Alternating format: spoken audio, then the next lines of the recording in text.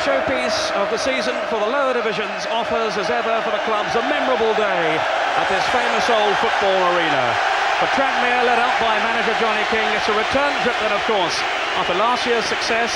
And for Birmingham City, with Lou Macari proudly at the helm, a long, long wait is finally over. 1956 was the last time Birmingham City were here. The FA Cup final, they lost to Manchester City. And such is the euphoria that surrounded their reappearance today. More than 40,000 have travelled down from England's second city to offer their vociferous support, and I can tell you it really is vociferous, for the team that Macari frankly has transformed since taking over back in February.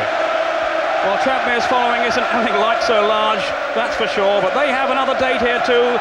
Johnny King's team in a week's time, which I think many more will attend, the playoff final against Bolton, from which they hope to return to the second division for the first time in more than 50 years. But just listen to the support that Birmingham City have here today. It really is quite staggering. Playing on the hallowed Wembley turf, a new experience for so many players this afternoon in Tranmere's team as well as Birmingham's. There have been changes in their side since last season's triumph over Bristol Rovers. So a lot of nerves jangling out there as the players head towards the presentations. The guest of honour at the Leyland DAF final today is the former Arsenal and England footballer and England cricketer, Dennis Compton, CBE. Tranmere players waving to their supporters here at this crowd that I would think is certainly over 50,000. And for sure more than watched the England international against Argentina here yesterday.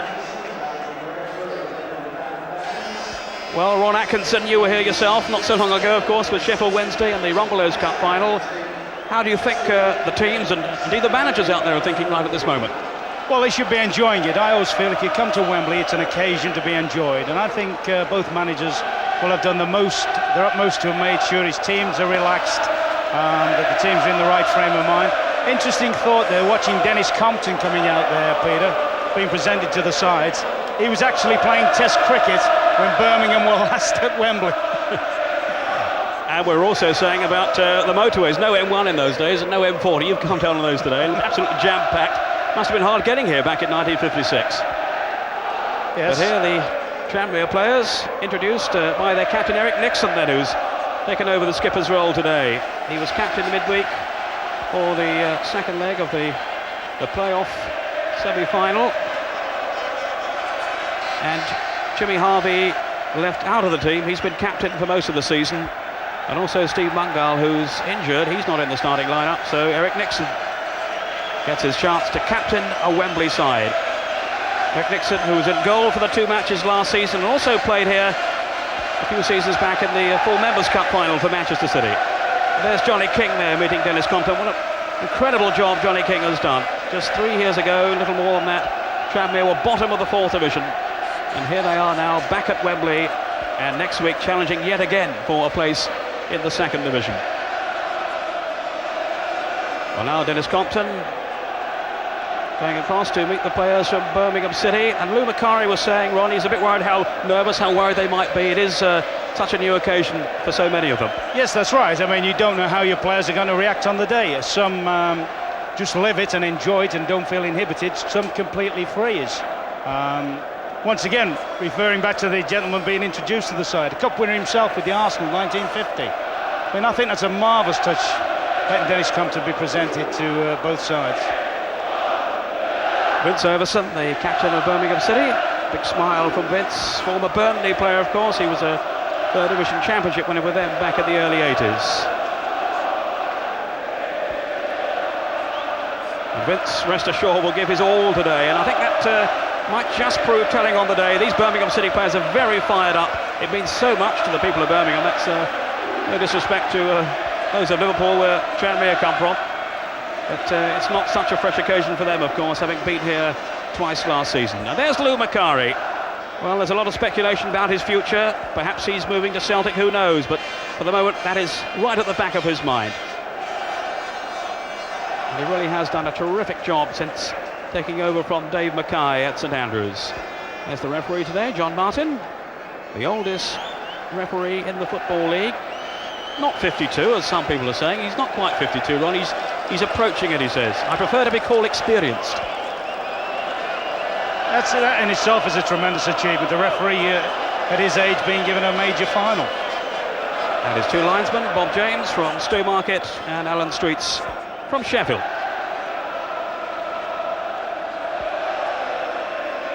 So the formalities are over.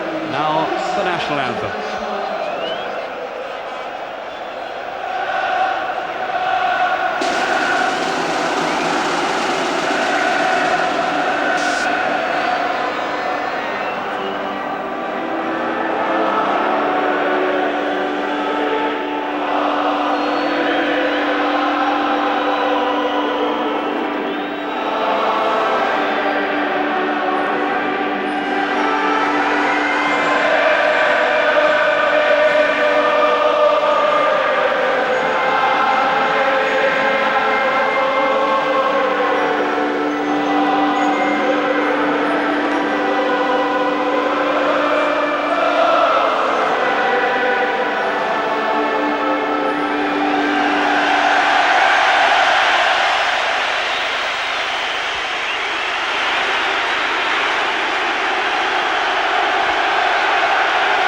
Fantastic reception for the two teams as they break for their respective ends.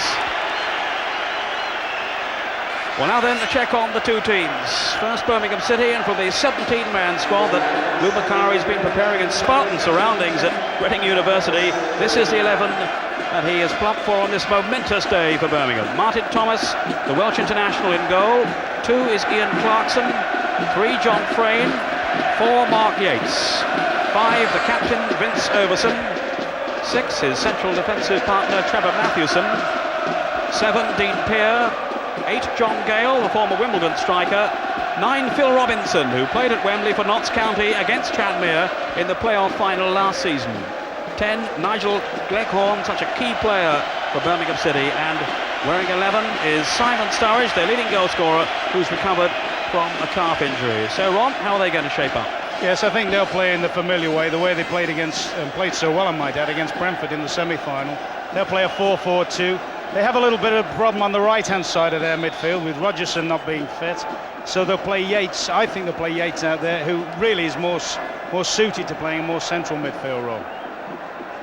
Well, now the Tranmere side becoming a second home, then Wembley for Tranmere. When they return next week for the playoff final, it'll be their 4th visit in 2 seasons. In goal for them, Eric Nixon, captain then, with Harvey dropped and Mungo not available. 2, Dave Higgins. 3, Jed Brannan, 19-year-old who scored the winner in the playoff semi-final against Brentford in the week. 4, Kenny Irons. 5 is Mark Hughes, he'll be the sweeper. 6, Steve Vickers. 7, Johnny Morrissey. 8, Neil McNabb, back after injury. 9, Jim Steele. 10, Steve Cooper, who's replacing the long-term casualty Ian Muir, the club's record goal scorer, of course. And 11 is Tony Thomas. Ron. Yes, they play with a slightly different system, the system they've got, which is tried and trusted. Mark Hughes, spare man at the back, a job he did tremendously well here last season. Higgins and Vickers as markers. Thomas and Brannan, who are actually full-backs, will push on and reinforce McNabb and Irons in midfield. A 3-man attack. Johnny Morris, we think, will start on the right wing, but his job will be to float about and supply ammunition for both Steele and Cooper, who are exceptionally good headers of the ball. Well, let's check on the substitutes, and they are Robert Hopkins, a Birmingham man through and through, wearing 12 for Birmingham, and Dennis Bailey, a bit of a surprise choice there. He's been out of favour, indeed on loan to Bristol Rovers, and he's only just returned to the club. And for Tranmere, Chris Malkin, who played in the final last year, and wearing 14, Dave Martindale. And there is John Martin. This is his 6th Wembley match, and really looking forward to it too, I can tell you beforehand. And delighted to be continuing in the Football League next season at the age of 51. And a credit it is to the English refereeing scene. So, we're all set then for the 1991 Leyland DAF Cup final. Tranmere in the all-white strip about to kick off, attacking the goal to our left, hoping to become the first team to retain the trophy, and facing Birmingham City in the all-blue, who are playing at Wembley for the first time in 35 years and looking for their first trophy since they won the League Cup back in 1963.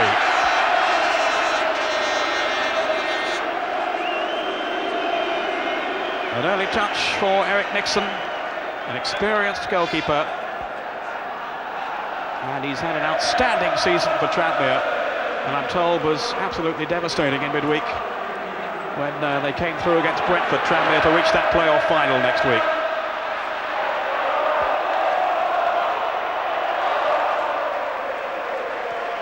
Goal kick then to Birmingham. And there's young Jed Brannan. A lot of responsibility resting on his shoulders today in the absence of Steve Mungo. But he's a young man they rate very highly indeed at Tranmere.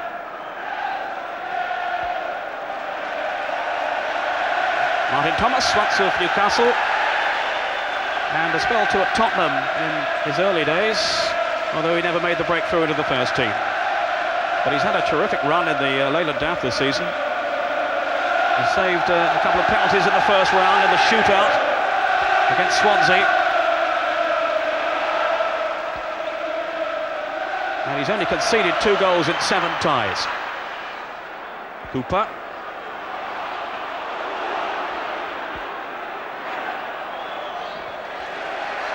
An overcast afternoon at Wembley, but it's a fairly humid one too.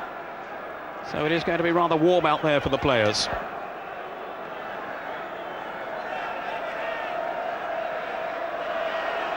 Gale. Gleghorn.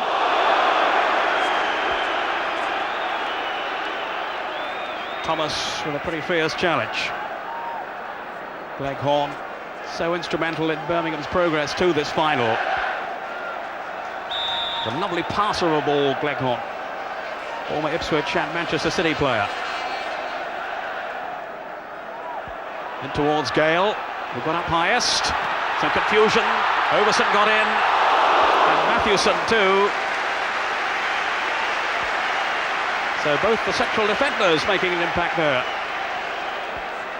Yes, I think we'll find here, Peter, that Mathewson was very unlucky. There they all go into the melee, and Mathewson's got a left-footed shot which is only just skimmed narrowly wide of the post. But I think that's something Tranmere want to avoid, giving too many free kicks and corners away, because Birmingham are the sort of side that will exploit them. That will be one of their big assets, loading the ball into the box and generally trying to pile pressure on. Pear to Gale. Robinson. The man who's played here before, remember, with Notts County against Tranmere. There's big Jim Steele. And I'm sure that Birmingham will be made well aware of his physical presence too this afternoon, Jim Steele. The man who scored the winning goal last season against Bristol Rovers.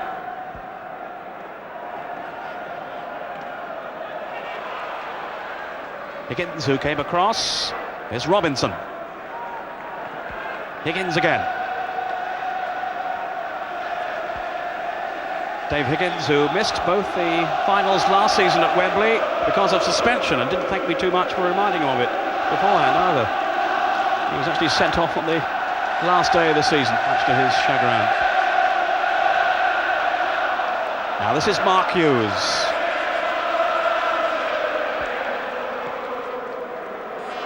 Cooper got the better of Overson then. But Clarkson upfield for Birmingham, only as far as McNabb, and now Higgins to steer it all the way back to Eric Nixon. Yes, I think Tranmere may have adjusted their style slightly. They'll play the same way at the back with the two central defenders and the spare man. But bearing in mind that Muir has been injured for some while, which it must indeed be a big blow to them, they've now got the advantage of 2 big guys up front, and they may find, whereas normally they like to play their way, and they may just take a more direct route. Certainly Birmingham, for their part, I'm pretty sure will play very directly. They'll try and hit Gale early and then support him very, very quickly from midfield. I don't think they'll play with too many frills, whereas I think Tranmere will knock the ball about a little bit more, be a little bit more patient. Yes, just to underline that, I was talking with Johnny King beforehand, and he was making that very point, Ron, that they've had to change their style with Muir out. And of course it does take some time to adapt.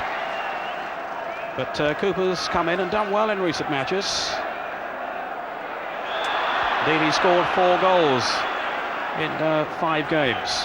Oh yeah, he's a tremendous springer. Scored some remarkable goals in the air, and this is a situation that could suit him. Things like this, because we've talked about Birmingham's danger. Certainly Tranmere and Cooper in particular are excellent in the air. They've both gone for the same ball sometimes, but let's see what happens here. Well, that's a variation. Thomas again, thundering through. He's a very forceful player, Tony Thomas. A lot of First Division clubs had their eye on him.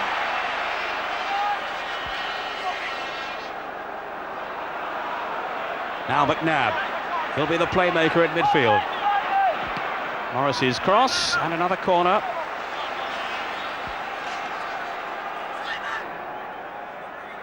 Johnny Morrissey, who's been in a purple patch of late. He's been scoring some spectacular goals too, I gather. McNabb now. Brandon didn't get hold of that one. But Birmingham a little fortunate to get it away. Sturridge. That was good play by him. A good nifty little player, Simon Sturridge. Pierre making the run through the middle.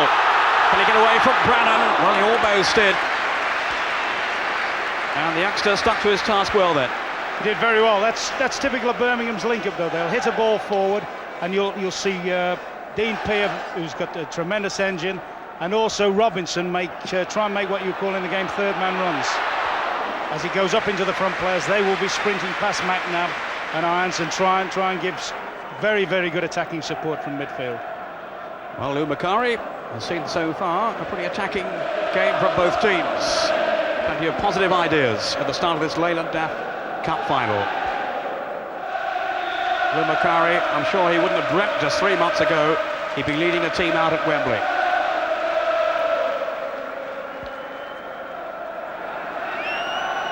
McNabb taking the free kick then for Tranmere. Hughes has gone forward. They've got Jim Steele in there, Vickers too, but it's Pierre who heads clear. Here's Sturridge.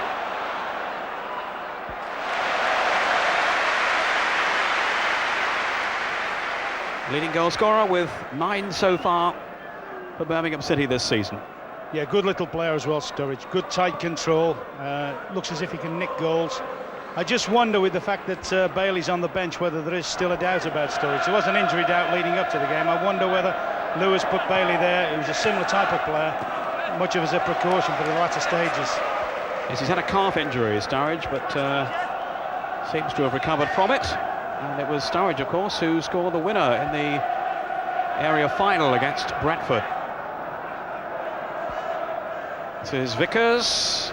Very calm and relaxed figure at the back for Tranmere, and he's really matured over the past couple of seasons.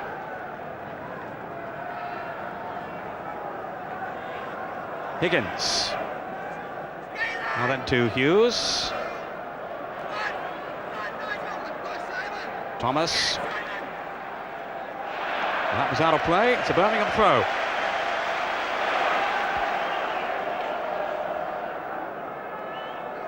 Sloppy play from Mark Hughes. He has the chance to redeem himself there. Morrissey tangling with Frayne. Tranmere throw. Tranmere, who were in the running for an automatic promotion place right up until the last day of the season, just missed out, but have this second opportunity next week against Bolton.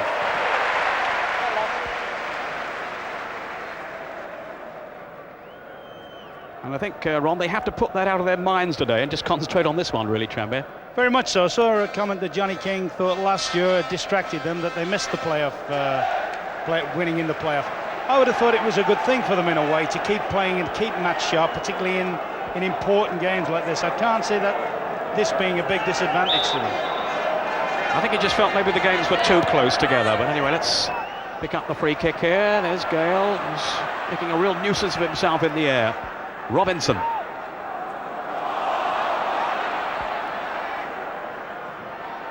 Now Pierre. Looks a rather gangling player, Pierre, but as Ron was saying, he's the engine room in the side. He never stops running.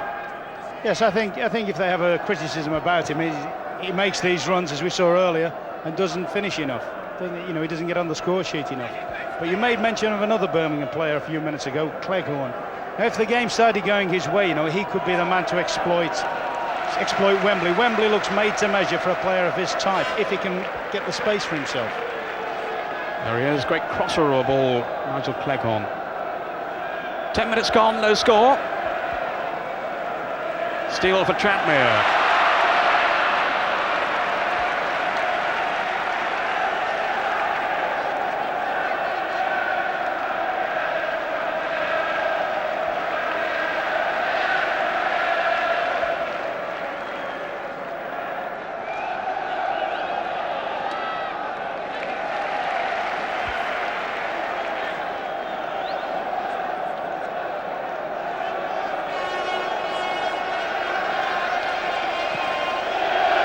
Again, Steele is the target here. Overson with him. Now Johnny Morrissey, son of the old Everton and Liverpool winger of the same name.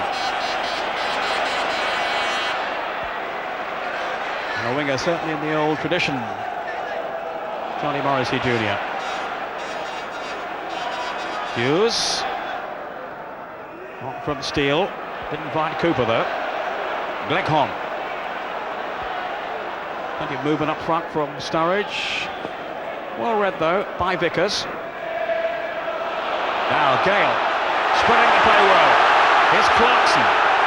We've got 3-4 in the area. Gale! Oh, great save from Nixon. Gale on the end of the cross, which was perfectly flighted then by Clarkson. And what a reaction save by Eric Nixon. Well, that's brilliant. Beautiful ball in from Clarkson, deep to the far post. A big striker's delight. Heads it quite well. Nixon, marvellous save. Here's the corner, and there's the man they have to watch. John Gale, and there he is again. And my word, he's causing some problems. Gleghorn firing it through. Overson. And Clarkson misread his intentions then. Cooper. A fine pass to Irons. And surely he was impeded then. Yep, that's the referee's decision. Kenny Irons, who's got 8 on and not 4 as we were told beforehand. As long as he knows who he is. Another of the very promising youngsters, Neil McNabb, who's been around a little bit longer. But I'm sure some relief in the Tranmere camp that he was fit to play today. Higgins. He'll blame the turf.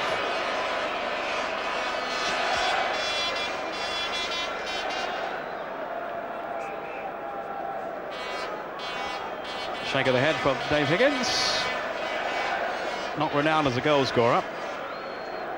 But Eric Nixon, without question then, rescuing Tranmere at the other end. Fantastic save. And no wonder they rate him so highly. And Neville Southwell, indeed, who he trains with once a week, rates him among the top 3 in England. That's right, yeah. He's certainly one of the best in, if not the best in the lower divisions. What that movement also showed, of course, is Birmingham have a great outlet if Clarkson decides to make attacking moves up the Birmingham right, because Tranmere don't have a left-sided player as such. They have Brannan, who has to cover the left full-back position and try to make the distance on this side. And Clarkson, although he's a covering defender, will find if he breaks out enough times, Peter, he'll find he could become very much a free man. Yeah, I think they've been working on his confidence a lot at Birmingham. He came in for a bit of a stick from the crowd earlier on in the season, but Lou Macari and Chick Bates, his assistant, have worked hard at that, building the players' confidence. Not only Clarkson, but others around him too. It's certainly been a feature of Birmingham's play that they've begun to believe in themselves again. Morrissey, that was almost an excellent through ball. He threaded on there, but the offside flag was up anyway. Certainly that's something Lou Macari would be quite happy with. His side haven't shown any signs of nerves yet. They've settled down to the task quite well. Well, he's made sure they were ready. As I mentioned earlier on, he had them down at Reading University this week, in bed by 10:30, and Spartan surroundings, tiny bedrooms. There's different ways of building up for finals. I was going to say, what was your method, Ron? There are different ways of building up, I must admit. Did you do that before the Rumbelows Cup final? I didn't do that before schools finals.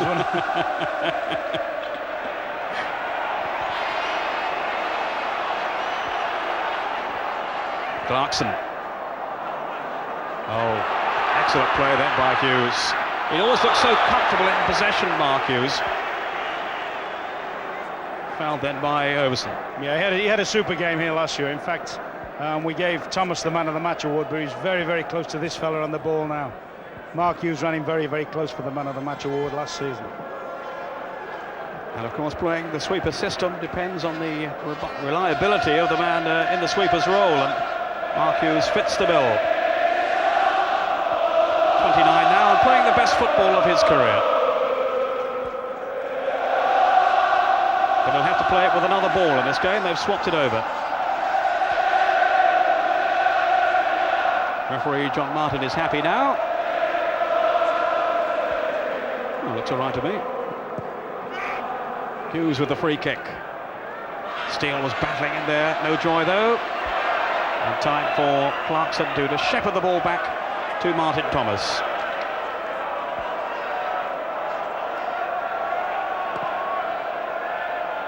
John Gale with Vickers, all rather untidy.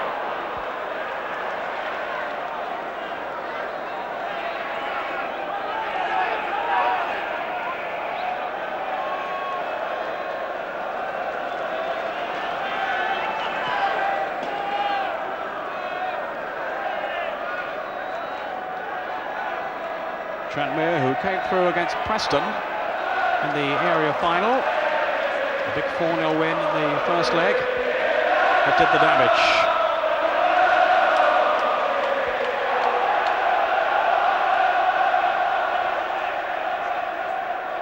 McNabb to take the free kick. He has Thomas there with him. Here's McNabb. Now Thomas, ever willing runner, trying to link up with Steele. Didn't work out though. Away comes Overson. It's a fine pass. Sturridge has got Leghorn away on his left. Yates. Good tackle though by Hughes. But a good advert so far this game for third division football. Two enterprising teams. Clarkson. The early ball in towards Gale. Doesn't find his mark this time. Clarkson diving in. Hughes. Yes, I think Clarkson's beginning to realise how much space he's got ahead of himself, and he's now prepared to step out into that space. You'll probably find that Tranmere will have to either switch Morrissey across to this flank for a while to occupy him, or pull Cooper into a slightly wider position. But it is pretty apparent what you were saying about Johnny King. It is noticeable how often both Cooper and Jim Steele go for the same ball. Yeah, they just did it again there. Brennan. There's Steele. But it must have been a shattering blow on to lose Ian Muir, the record goal scorer, and a player who was so vital to them up front. Yes, that's right. And to be fair to Tranmere, they've lost 2 or 3 vital players, and I think it shows slightly in their team play at the moment. They're not quite as cohesive, certainly as they were in last season's final. And at the moment, it looks as if Birmingham have settled to the task a little bit better. Of course, Johnny King has left out Jimmy Harvey, who's certainly a cultured player, and Jimmy was very disappointed not to make the starting 11. Indeed, not to make the 13. He'd been out through illness in midweek, but he was telling me beforehand he was fit to return. But Johnny King deciding not to select him on this occasion. Well, he certainly knows there he's having a right old shout, Johnny. He certainly knows as well how competitive Birmingham will be in midfield. Both Robinson and Pear and Yates to a certain extent will all try and get the foot in and compete and deny space. And he may have felt it, if the lad has been out, missed a game or two, that Wembley finds people out. And he's got a very important game next week. He might be trying to balance it off a little bit that way, Johnny King. Yes, I was just thinking that. I mean, Johnny has said, of course, that he wasn't holding anybody back for next week, but it might just have been in his mind that he has got this very important game coming up against Bolton, and, well, Jimmy Harvey may well feature in that. This is Frayne with a throw then for Birmingham. Who started in lively fashion. No goals, though, so far. Thomas.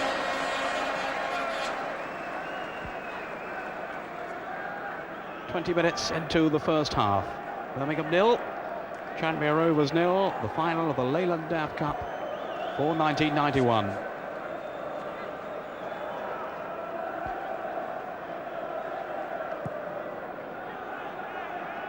Irons, challenged by Robinson. Here's Cooper. Pass was too casual though.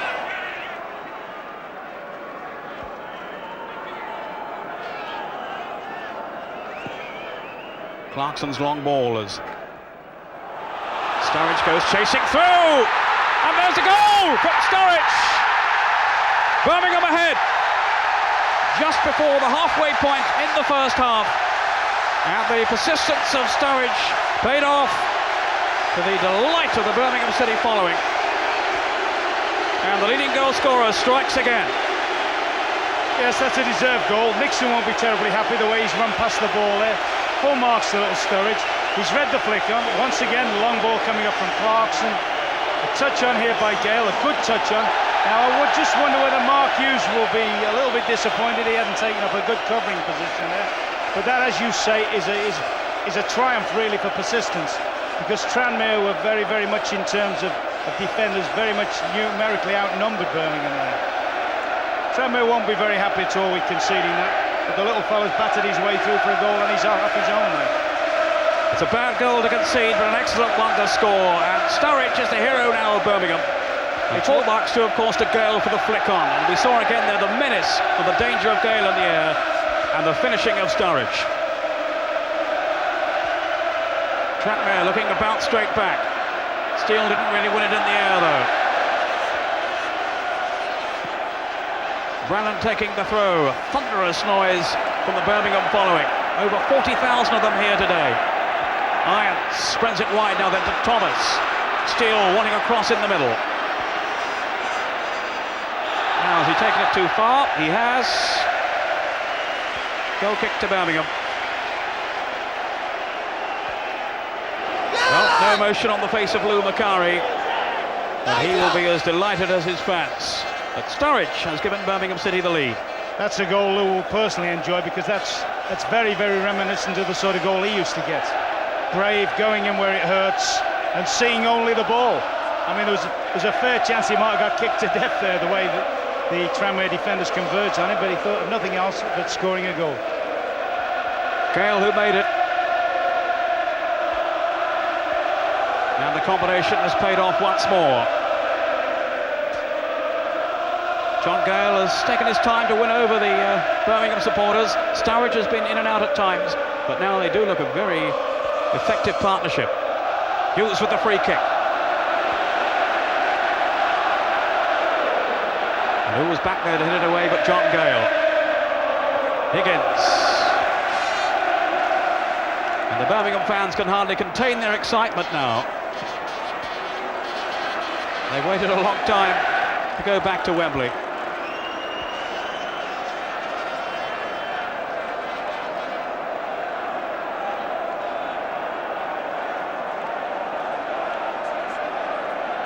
I shouldn't think there's anyone left in Birmingham today.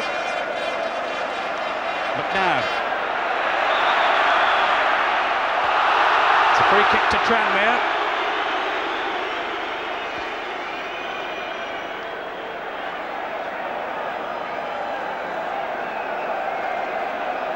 McNabb will be hoping to drive Tranmere on now. Morrissey with the free kick in towards Steele. Yates got it away. Here's Brannan. Now McNabb.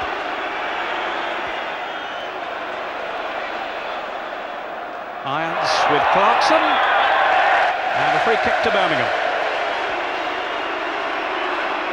Yes, it's a period of time now where Birmingham just want to take the sting out of the game. Obviously, Tranmere have got excited. They've been stung by the goal.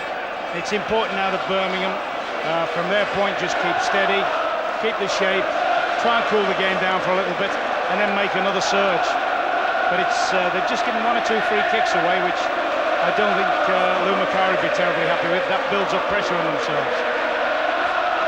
But it's like a home game for Birmingham City here at Wembley. And the atmosphere has been building up there all week.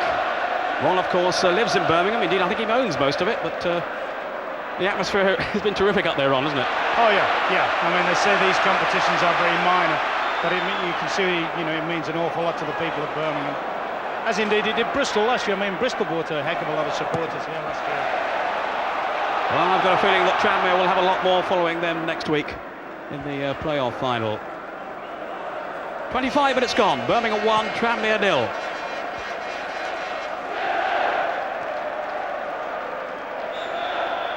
Well, they have been so excited up in Birmingham. I remember too, after the win over Brentford in the area final, a chap coming up to me and sitting down next to me and slopping his cup of tea down next to me and saying, "I've waited 35 years for this moment." And I said, "Well, that's the waitress service for you." In goes Cooper. I don't think he meant that, though. That's the first flash we've really seen from Tranmere as well, Cooper nipping in there. I mean, that would be a bit ironic. He was given a free transfer, I think, some years ago from Birmingham. Yes, he had a struggle to get into the side at first with Ian Muir, of course, the first choice, but then the injury to Muir gave him his opportunity. And Johnny King was saying beforehand he's beginning to settle into the role now. Although it's taken some adjustments in the formation. It's at the moment they're lacking any real pace through the middle, any real thrust. Both Steele and Cooper are much of a muchness, and nobody can really run past the ball. I should think at some time when they've got Malkin, Chris Malkin sat on the bench, who is a very, very unorthodox, free-striding, quick type of a player. Which I think one of the paciest players in the whole Football League. That's right. But he's on the bench today. Here's Hughes. He can't afford to dwell on the ball with Gale around. He's such a formidable character, John Gale.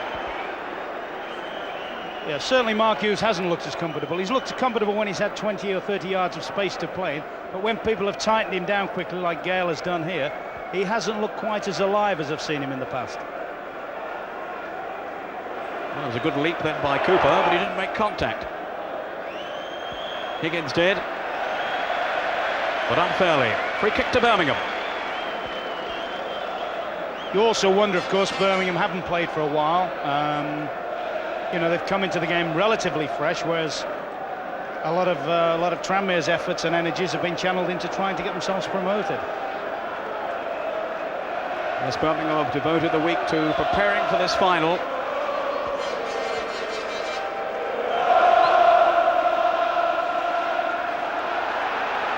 Robinson.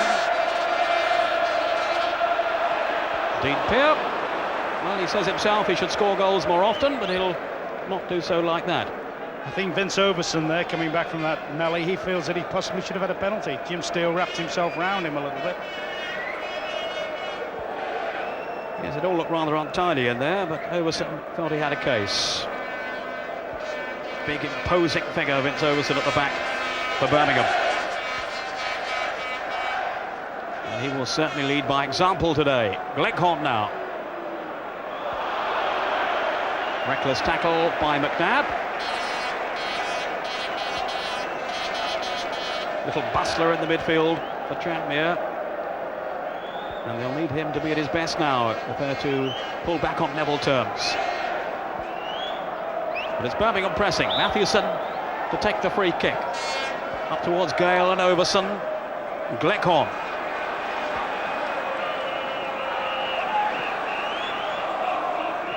Frayne. Flags up though.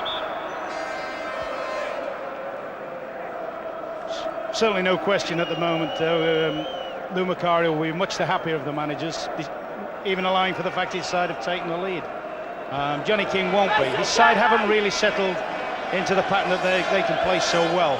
They're a bit iffy at the moment. They haven't really penetrated. They haven't shown a lot of thrust, and they're looking very, very vulnerable to big John Gale's aerial power. We've seen it with the goal when he touched the one. Gale will be happier about that, Peter, because he probably feels he should have scored from Clarkson's cross a few minutes earlier. Denied by the expert goalkeeping of Eric Nixon. Because half an hour gone now in the first half. Birmingham with the one goal so far, scored by their top scorer, Simon Sturridge, his 10th of the season. Birmingham themselves were challenging for a playoff place for a while, but they fell away in the last few weeks of the season. I think fair to say they were distracted by their Wembley appearance. But Lou Macari not necessarily too worried by that.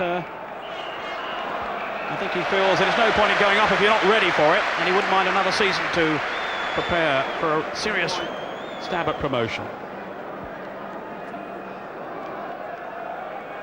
But you'll be glad, Ron, to see Lou back on his feet, bouncing back in the way that he has. Yeah, very much so. Well pleased for the little fella. And as I say, living in the city, he has created an absolute wave of enthusiasm, which is highlighted here today, not only on the playing side, but also the fans. The fans love him. McNabb given away though to Gleckhorn. There could be danger here.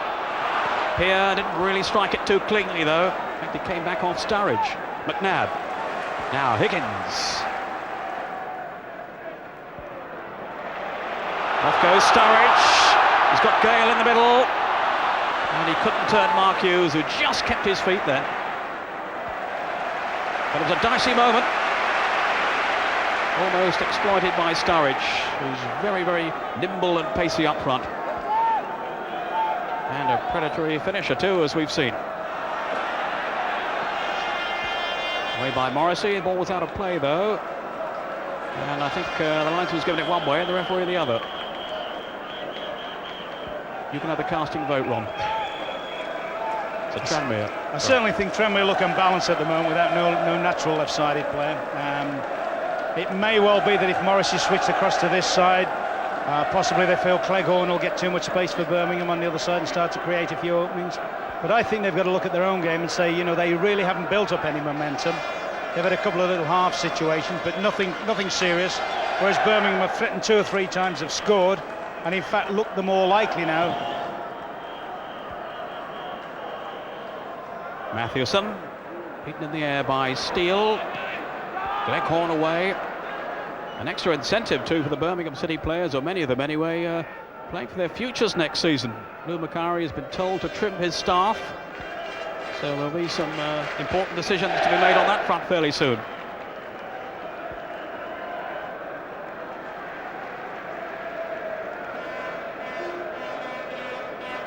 Gleckhorn. Here's Gale. Policed firmly though by Vickers, who just got a nick then on the ankle as he went past Gale.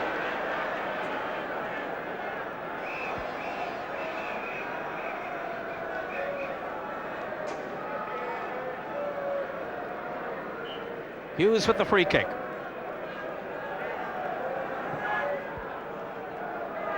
It goes Cooper. They have to keep an eye on his jumping ability, Cooper. He really does get up very, very high. Gale with Vickers.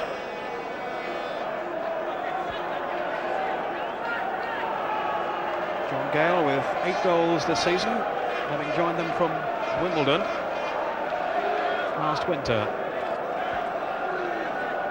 Birmingham, his hometown city. Hometown club, I should say. Roberson. Here's Gale. Now Clarkson in support once more. Got 4 in the penalty area, hoping for the service. Ian Clarkson, one of the locals in the side who've grown up together, really. Others like Pierre and Yates and Frayne who've come through as well.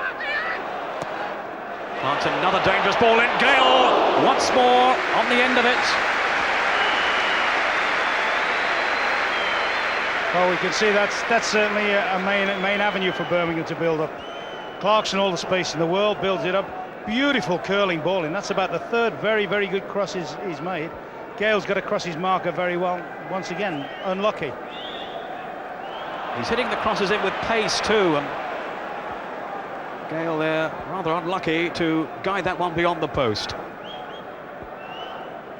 Very difficult balls for defenders to deal with. McNabb. The tumble in the area. It was Cooper who went down.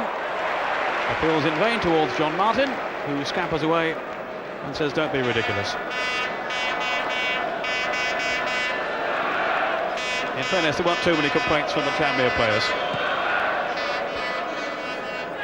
10 minutes of the first half to go. Birmingham with a single goal lead, and they're good value for it.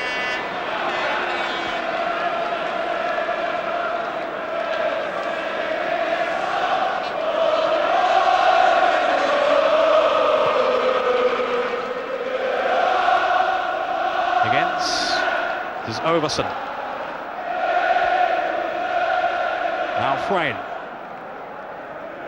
Sturridge trying to shake off Higgins and Morrissey. Gleghorn. Oh, it's good skill from Gleghorn. Warmly applauded by the Birmingham fans.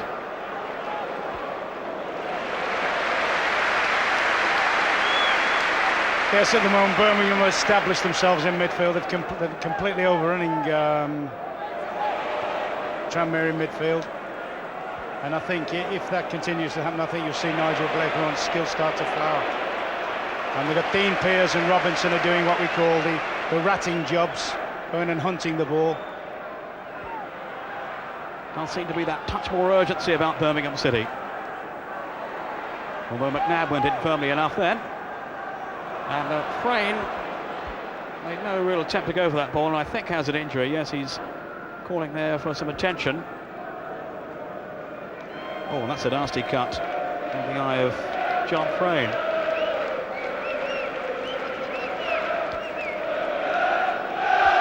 Another young man who's had a solid time in the team of late. And they've had a fairly settled defence, and he's come in really for Greg Downs, the old Coventry defender who played in the FA Cup final, of course, back in '87. Greg, who had a long-term injury, is fit again now, so John knows that he's under pressure to retain his place.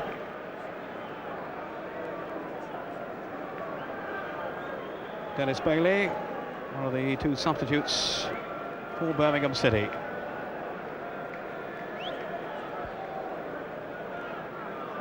And there's the other one, Robert Hopkins, and he'll be dying to get on.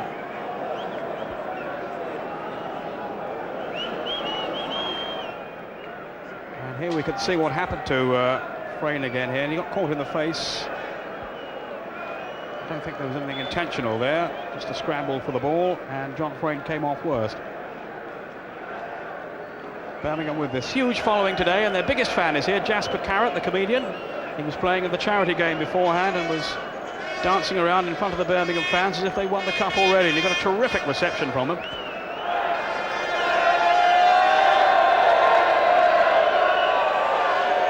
I didn't see much of the game, Rob. What was he like as a footballer, Jasper? Oh, he didn't do badly at all. He got in one great situation where he was 1v1 against Frank Worthington of all people, and he managed to rob Frank of the ball, and you can imagine what the fans were like then. The Birmingham fans went balmy.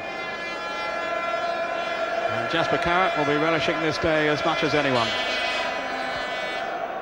Lifelong Birmingham City fan. And there's a few of those here today. Morrissey now for Tranmere. Thomas with the cross in. Steele was arriving. Higgins to McNabb.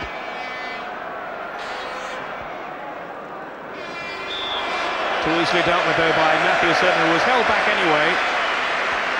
Another man who's had a very consistent season, Trevor Mathewson, perhaps as consistent as anyone really in the Birmingham side, and he hasn't missed a game for them. Played a couple of games at Sheffield Wednesday in his early days, Ron. That's right, apparently so, yeah.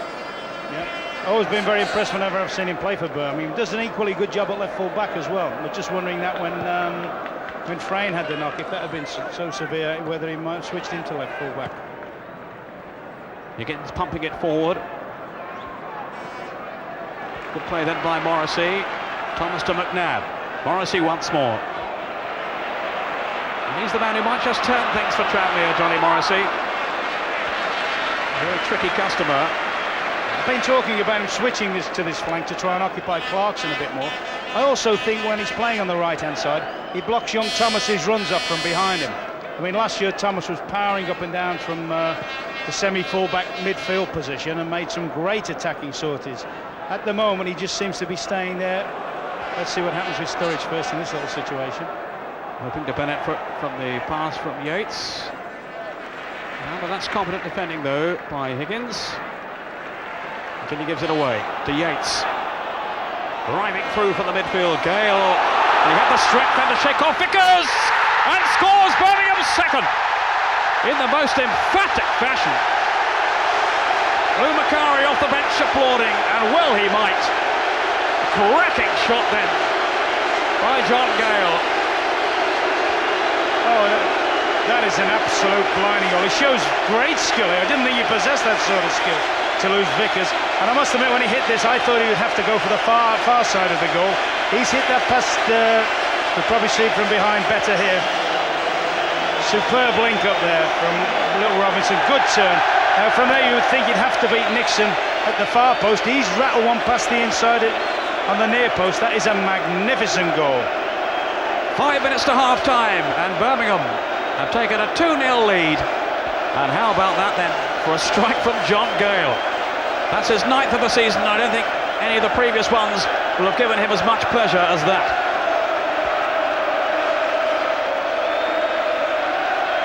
Two 0 to Birmingham. Tranmere really up against it now. Off goes Thomas, looking for Cooper and Steele, and plucked out of the air by Martin Thomas. And the Birmingham fans in great voice now, outnumbering the Tranmere supporters by probably around 3-1, I would think. And just look at those celebrations now. Well, the cup isn't won yet, but they have taken a mighty stride towards that success. John Gale. Yeah, and I don't think anyone can deny them that. They've been far the superior side. They've settled to their game, played very, very purposeful. At the moment, really haven't given Tranmere a look in. I'm very, very surprised whether in fact the Tranmere boys have been a little bit inhibited by the size of Birmingham's support. I don't know, but certainly the Birmingham team look as if they've come on a mission, and at the moment you can't see them not fulfilling that mission. No question, Birmingham absolutely fired up for this game. And John Gale with that second goal surely has presented Tranmere with an awesome task. Off goes Clarkson again. Steele showing some aggression. It's a free kick though to Birmingham. Johnny King with a lot of problems now, and he will have plenty of talking to do at half-time. Clarkson with the free kick in towards Gale! Well, he's a cult figure now at Birmingham, and you can see why the fans have taken him to their hearts. He admits himself it was difficult at first, taking his time to settle. That's another lovely ball in. Clarkson's impressed me with the quality of the ball he's put into the box, and Gale with his runs. You say he's a cult figure there. I'll tell you something, Lou Macari's done a hell of a job on this player, because he's got to be, for me, he's one of the most improved players I've seen, because when he went there he didn't half have his problems, as you say, but now he looks the part, he makes good runs, timing of his runs, and he actually looks as if Lou's done a lot of work on him physically as well. Well, I gather he felt himself, he wondered if he'd made the right decision on going back to Birmingham. He got a lot of criticism from the crowd in the early matches, but once he scored a couple of goals, well, he began to win them over, and they love him now. And they'll be toasting the name of John Gale around the stadium, these Birmingham fans. And away to our right, the Tranmere following looks totally subdued. Behind Eric Nixon's goal. Well, right on cue, they're making a bit of noise now, trying to lift their team. A challenge from Cooper.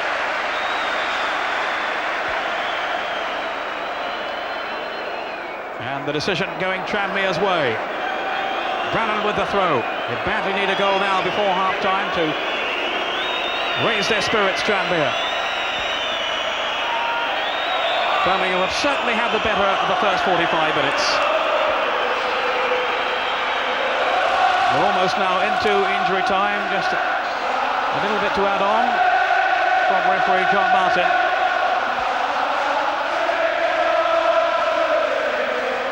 Hughes has come up. It's Morrissey with the corner. Higgins in there too. Too easy for Martin Thomas.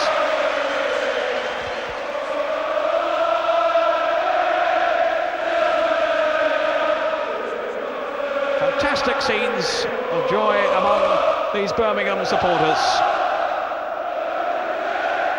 We've been looking forward to this day for a long time. Ever since they came through against Brentford in the area final. And they gave their team terrific support that night as well, down at Griffin Park, I remember, when they came through with Sturridge's goal. Morrissey. McNabb taking over.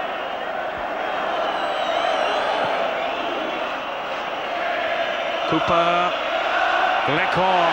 Delightfully done. Gale's pulled away to the right. Here's Gale now. Pear's gone into the middle. Pear! What a save then by Nixon. And what a move by Birmingham City.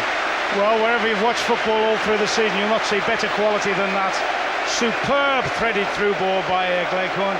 The big fella again, who else? Gale goes onto it, shapes. And as he's developing here, Pear's making a great run into the box. Appears to do everything right, and yet a magnificent reaction save by Eric Nixon. Marvellous football all the way through there. Marvellous football. Nixon keeping the score down at the moment. Birmingham hunting here for a third goal.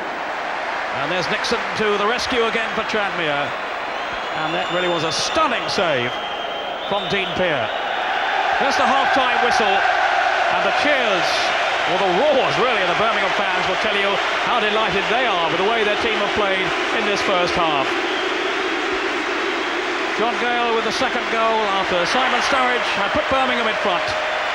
And it's been a very convincing display so far from Birmingham, with their strike force of Sturridge and Gale giving them this advantage, which Tranmere Rovers, on their showing so far, will find it hard to recover from. And a few heads down there, and I think Johnny King will have his work cut out at half-time, raising their morale now. The half-time score at Wembley in the Leyland DAF Cup final is Birmingham City 2, Tranmere Rovers 0.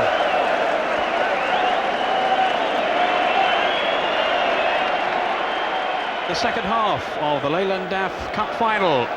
Birmingham City in control, leading Tranmere by 2-0. And certainly they have been the better of the teams so far.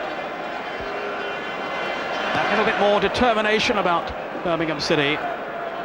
And Tranmere, I'm sure, will have had a bit of a talking to from Johnny King, their manager, at half-time. No substitutions made by either team, although there was a doubt about John Frayne continuing for Birmingham. He's got a cut just below his left eye, Birmingham left back. And I gather he's going to have stitches in it after the game, in the wound. But he's battling on now. So anxious to be part of what he hopes will be a Birmingham triumph, and it's certainly looking that way at the moment. There is John Frayne.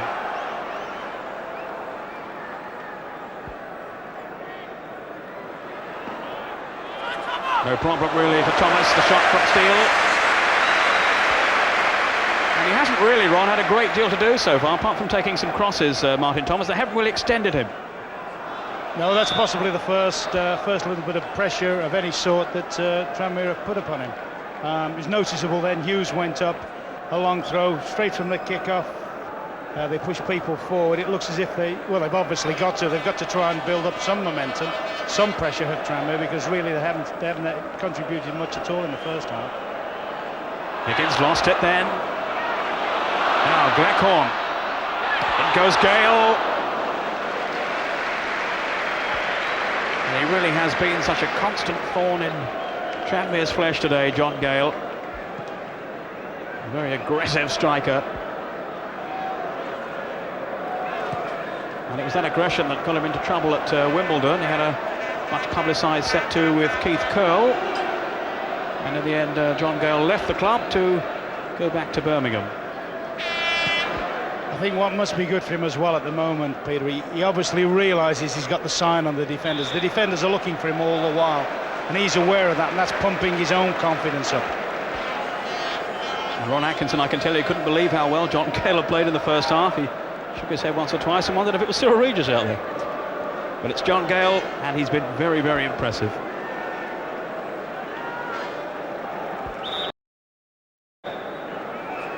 There were certainly similarities, Ron, with Sewell at his best. The way he took that goal. Here he is again, causing trouble. Higgins just got out of danger.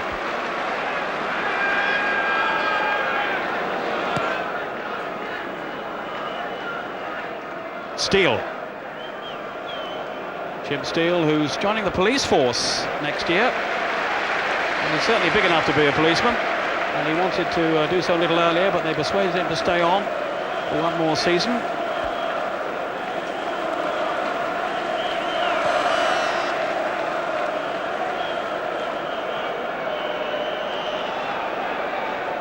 Brannan.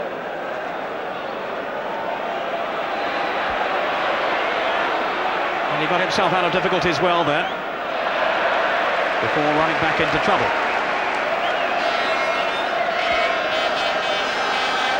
Well, no switches were on at the start of the half, but we were saying earlier on, he's got Chris Malkin on the bench there, and I would think he'll be contemplating that possibility fairly soon. Yes, well, Chris Malkin, whenever I've seen him, is a very fast, very unorthodox, sometimes drive you up the wall with his loose control. But at the moment, he's the type of player that Tranmere need. Somebody with enough pace to run beyond the Birmingham defence, because at the moment, the Birmingham defence have pushed high up the park, been quite comfortable in the knowledge that really there's little threat or little pace to go beyond them. Now, Malkin is a very, very unorthodox free-running type of a forward who can be absolutely awful or can be really, really something special. Well, there's certainly some activity on the bench. David Martindale seemed to be adjusting his tights, so perhaps he might be coming on. And also Malkin too. And we saw on the bench there Ian Muir on crutches, and how dearly, just to the extreme right as we look there, how dearly Johnny King would have liked him out on the park for him today. Ian Muir, who scored so many goals for Tranmere, but out with damaged ligaments since March.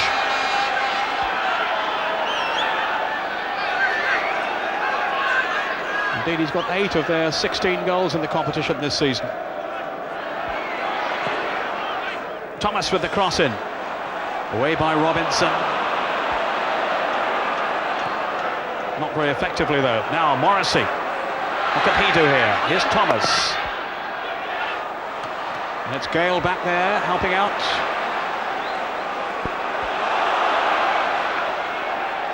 So much effort and energy being shown by these Birmingham players, and of course Lou Macari's teams are renowned for their fitness, and there's no question mark against that today. Yes, well, I understand. I was talking to someone connected with the Birmingham camp, said Lou did, talking about where they were staying, Reading University, Lou had them actually doing a very, very hard physical session yesterday, which is unorthodox to say the least. Well, there were 1 or 2 complaints, I gather, a few mutterings from the players early on in the week, but they're reaping their rewards now. McNabb.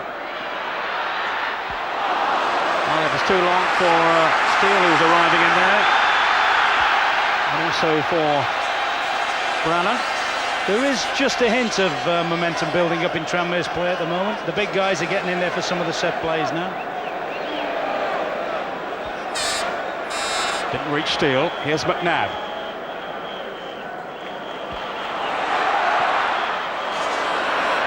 Well, they'll have to do a lot better than that. Kenny Irons, young man who's made the breakthrough into the first team on a regular basis this season.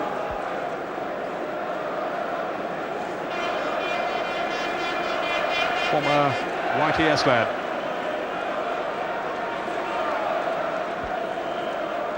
Martin Thomas, experienced figure, says let's calm it all down with this 2-goal advantage.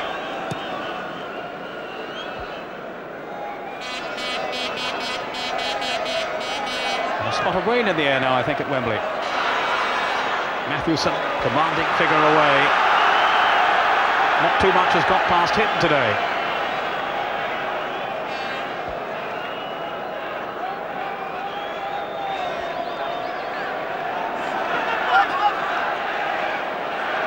Morrissey with Thomas. 5 hoping for the cross. Wasn't good enough though. But Birmingham with some defending to do now. McNabb. Overson got it clear, only as far as Thomas, but here's Gale now with Sturridge. Gale's got Herring off down the middle. Old Sturridge did well then to recover. And a foul by Yates on Hughes. So a little bit of improvement being shown by Tranmere at the start of the second half. Hughes on for Steele.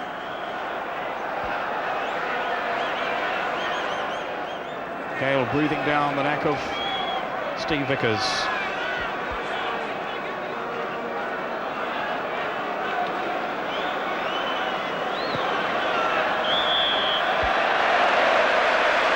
Yes, that's something I know for a fact Birmingham have been working on.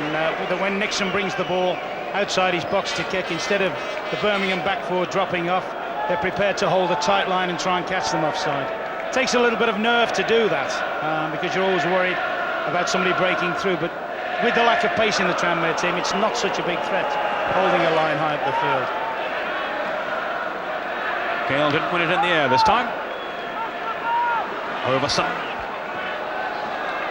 Such a determined leader of Birmingham, it's Overson. Could be a bad slip. Sturridge! Well, if that had been Gale, that surely would have been the third goal. Sturridge just couldn't stretch far enough. Crossing from Peer. Yeah, but once again, that emphasises one of the big qualities here. He's fought back for this as Dean Peer. Bit unlucky that the Tranmere lad slipped, but whips it in straight away, and a very, very good ball into the box. I actually thought Sturridge was going to make on that. And a sigh of relief, I'm sure, from the Tranmere defenders, and it wasn't John Gale on the end of that cross. Well, that surely would have been the end of their dreams of taking the cup for the second year running.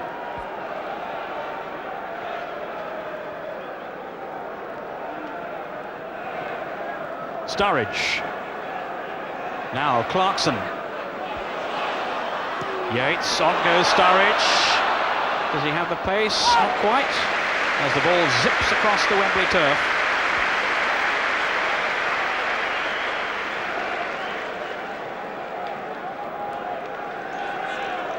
(2-0) to Birmingham City. Just under 10 minutes of the second half played. Tranmere trying to claw their way back, but still no real cohesion about their play. Nothing wrong with the tackle from Brannan. Off goes Morrissey through the middle, and well read then by Thomas. Now Sturridge is down injured, and it'll be a real blow to Birmingham if they have to lose him. Remember, he did have this calf injury which almost prevented him from playing, so whether that's the problem I don't know. And he was caught there by Brannan, and I must say it looked a foul to me, Ron, but there you are. So-so. I wouldn't criticise the referee not giving a decision on that one, to be perfectly honest with you. Sturridge has actually on 2 or 3 occasions had problems keeping his balance. Slipped over once or twice when he's been in prominent positions. Was limping badly, but what they do have, of course, they've got Dennis Bailey on the bench, who is actually would be a straight 1-for-1 replacement. But Sturridge, the man in form, and it was his goal that put Birmingham in front, followed by that phenomenal strike by John Gale. Mathewson away. It goes Gale again. Free kick though to Tranmere. McNabb wants to take it quickly. Can't do so with Dean Peer in the way. So Higgins steps in. Cooper just whisked away then by Overson. What an important header that was then from the Birmingham captain, with Cooper lurking in there.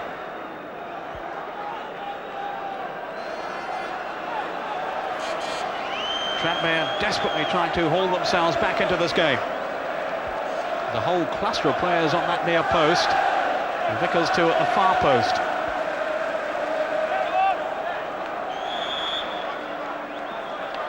And the referee has given a free kick to Birmingham, so a tangle off the ball there that must have been, I didn't see too closely. What happened there, Ron? Were you watching? It looked very much as if Cooper got involved with a little bit of argy-bargy in the centre of the box. That drives you up the wall, because Tranmere actually had worked quite a nice little corner there and got themselves into a threatening position. Looked to be a well-rehearsed free kick, but it went wrong. So Birmingham City remain in control.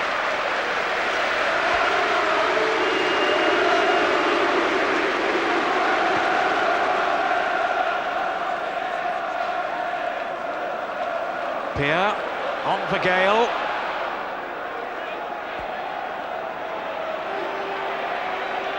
Thomas's run curtailed. Off goes Sturridge. Hughes just getting there first.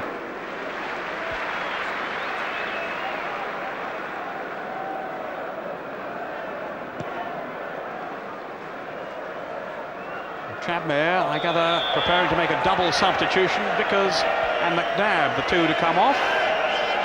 Neil McNabb, who had been a doubt because of injury beforehand and hasn't really been able to dictate this game in the way that Tranmere would have liked. And Vickers, of course, a defender, so they're deciding now to spare a defender in their efforts to pull a goal or two back. Well, it looks very much as if they're now going to dispense with the sweeper system, I would think, and go into a flat back four situation. And I think you'll probably find Hughes will push up into a more orthodox central defensive position. Chris Malkin wearing 12 and Dave Martindale 14. They're the two players who've come on. Higgins with the kick. Here's Hughes now. Half the goal was blocked though. Kenny Irons. Now, what can Morrissey do here? Not too much. A free kick to Tranmere, who are just beginning to ask one or two questions now, this Birmingham defence.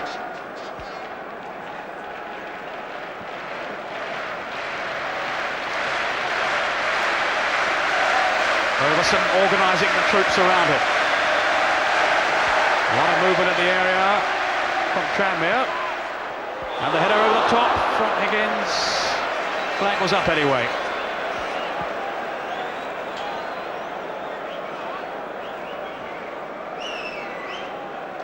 Brannan, who crossed it in there. Morrissey again. I'm not sure if that was intended as a cross or a shot or whatever, but Higgins couldn't keep it down. It was offside anyway.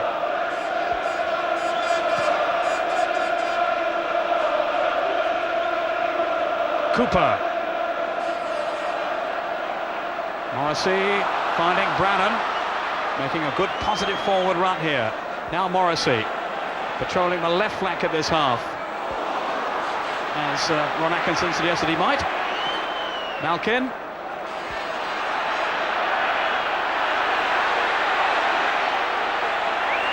Malkin is onside. Cooper, and they've got one back. Cooper has scored. A look of grim determination on his face, and Tranmere Rovers are back in business. Excellent approach play by Morrissey, then from Malkin.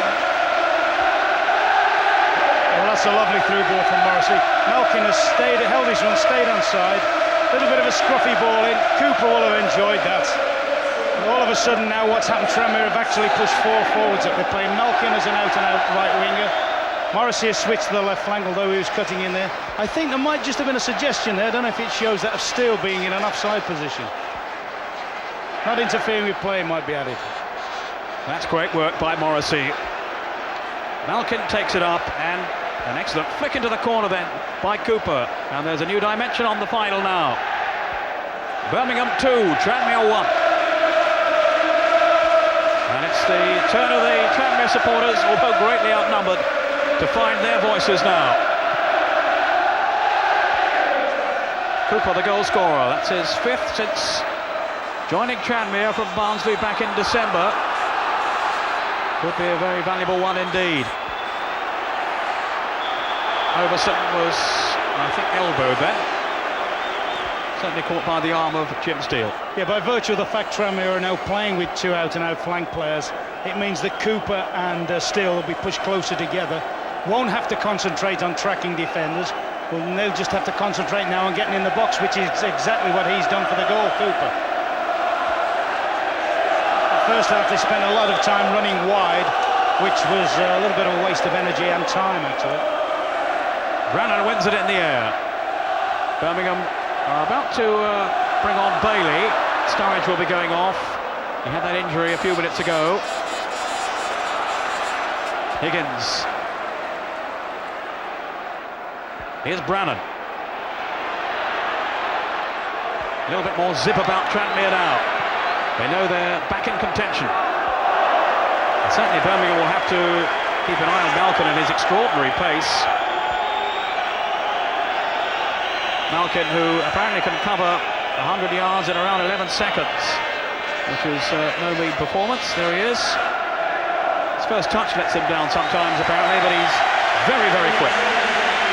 So Dennis Bailey, back at Birmingham after his spell at the Peru was on loan. He was the first choice striker early on in the season, but then was out of favour. But now coming on for Simon Sturridge, who scored the opening goal. Great reception for the player going off and the player coming on too. But Birmingham's lead now under serious threat. And here's Bailey, flags up for offside. Bailey's slightly different to Sturridge, whereas Sturridge is the sort of player that likes to have it to feet and beat the defender himself. Bailey's quite good at going off the ball. He's got decent pace, you know, and if Gale can get enough flick-ons, then Bailey will be effective. Bailey, who was the top goal scorer last season for Birmingham, but has only got 5 this term. We're in 14. Dennis Bailey. Certainly from a game point of view, the goal's been a great lift, hasn't it? I mean, all of a sudden from the game just fizzling out to a certain Birmingham win, now all of a sudden there's everything on. And in fact, Tranmere, as you said, they've got bang at it now. Something's happened at half-time to give them a lift. Obviously, Johnny King's done his work. Irons. Hughes. And the referee bringing play back for free kick to Tranmere. The foul on Hughes. Now, can Irons get there first? Well, he was a little unlucky then. What could also happen as well, of course, is defenders. The Birmingham defence have defended very comfortably for most of the game. No real threat against them in terms of pace. Now all of a sudden they're up against 4 front players, one Malkin who's got exceptional pace, and it's something they haven't been conditioned to.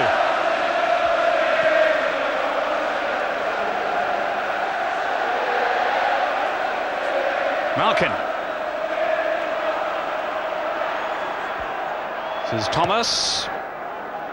Up in search of Cooper and Steele, and Cooper was fouled then from behind. The referee right on the spot, John Martin. And Birmingham under some pressure now as they look to protect this advantage, and it certainly is a very different Tranmere side in the second half. And they can be very inventive on set pieces. What will they try here? Martindale is there, and Higgins, and Kenny Irons.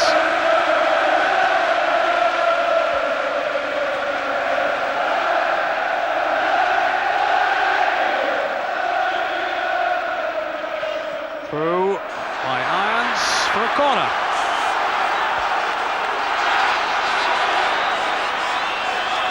But he's certainly been beavering away, Kenny Irons, in Tranmere's cause. A lot more purpose about their play now. Morrissey will take the corner. They've left Higgins up there, and Hughes too.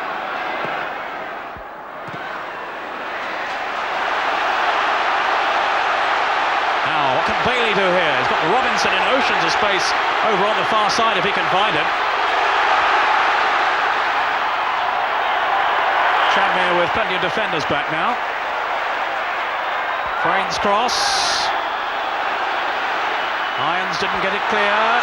Hughes. And he was caught then by Robinson. But there was an opportunity there, Ron. If Bailey had spotted Robinson over on the far side, that could have been a different story there. Yes, that's right. I mean, Robinson had made a great break on the other side to support him. I personally think Bailey should have gone it alone. He seemed as if he was a bit reluctant, wanted to buy time, wanted to get support players up to him. I think he had Higgins 1-for-1. He probably should have knocked it past him and tried to go at him, because he has got good pace, Bailey. But it's the first touch he's had since he's been on the field, and obviously his confidence and touch aren't sure yet. Thomas for Tranmere. Off goes Malkin, the player with his lightning burst of speed, and Frain did well to stay with him then. But it's a corner. But now you're seeing the value of somebody that can turn defenders. just simply and purely by running, just simply by purely flying at them. The Birmingham defence has now got far more problems than it's had all game.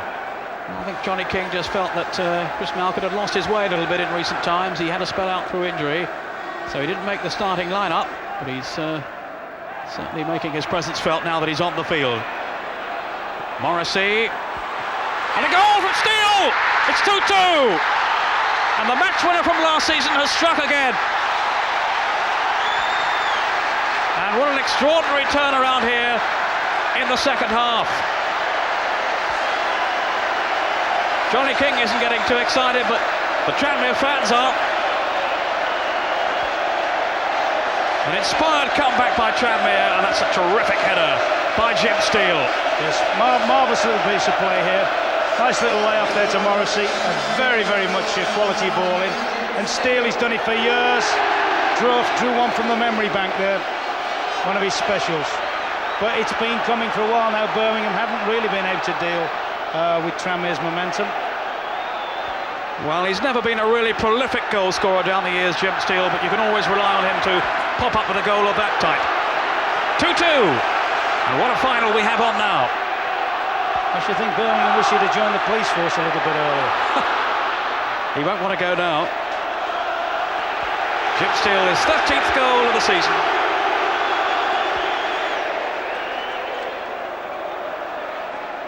And that's his 5th in the Leyland DAF.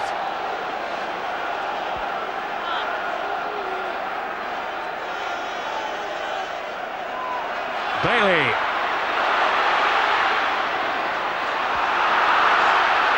And off come Tranmere again, Martindale. Cooper.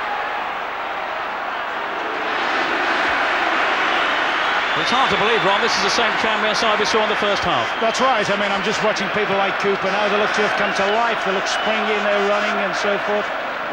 What must be worrying a little bit is all of a sudden Gale, who was winning so many of those headers and first balls, appears now just to have dried up a little bit on that. Well, Hughes looking in vain towards referee John Martin for a free kick. Didn't get it. Goes the throw to Birmingham. And suddenly, from commanding this final, they find themselves pegged back to 2-2. And one hand has been torn away from the trophy. Off goes Cooper. That's Overson. I wonder now what's going through the mind then of Lou Macari, having seen his team so much on top in the first half.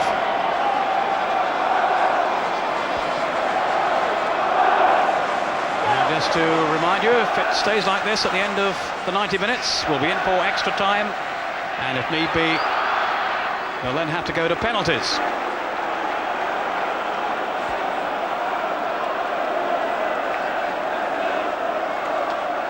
A real bubbling atmosphere now around Wembley in this final of the 3rd and 4th division teams.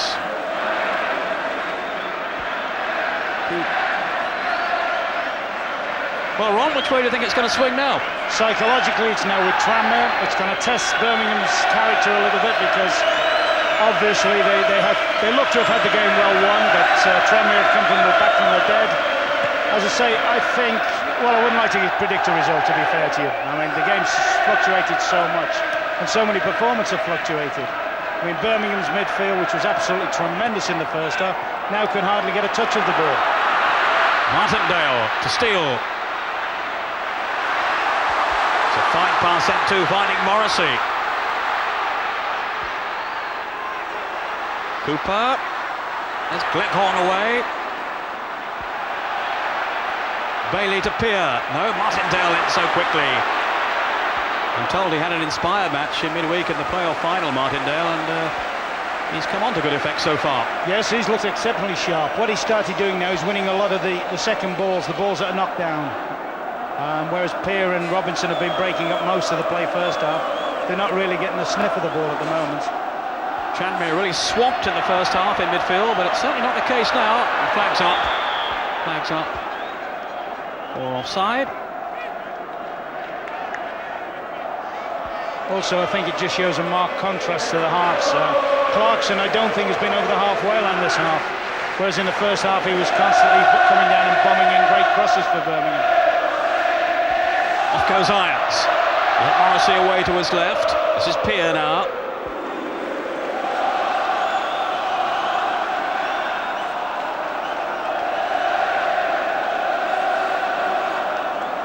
Birmingham's grip on the game has suddenly disappeared by this revival by Tranmere. Regarded as the best footballing side in the lower divisions, Tranmere, and they've certainly shown those qualities since the break. Malkin, whistle's gone. Don't think some of the players had heard it. Maybe those Tranmere fans who were leaping with joy didn't hear it. I'm sure Malkin did, though.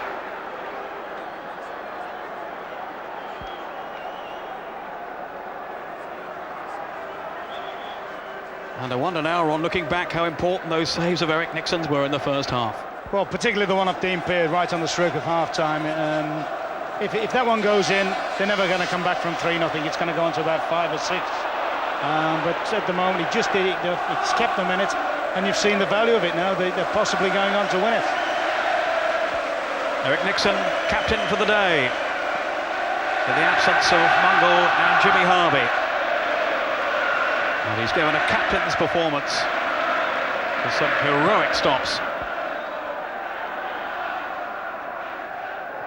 Good header then by Gleghorn. Off goes Gale. Control though by Hughes. Yeah, actually, Hughes has looked far more effective since he's gone into an orthodox central defensive position. He's decided he's going to take the responsibility of Gale, and quite honestly, Gale, who we were making easily the outstanding performer on the field in the first half, really seems to be dying a little bit. Well, they're trying to prove you wrong here. Bailey beaten to it. Now Clarkson. Turned by Brannan. Appeals from 40,000 Brummies for handball. Not though, in fairness, from the players. But I bet his heart skipped a beat there, Jeff Brannan. Did a little bit. I mean, we weren't in a good position to see, but fortunately enough for the referee, the linesman was looking bang on in at him. Yeah, Shot Martin was right on the spot then, and he's kept this game under control superbly so far, he asked me to say. No, he's had a great game, John Martin. One of our most respected referees, and rightly so.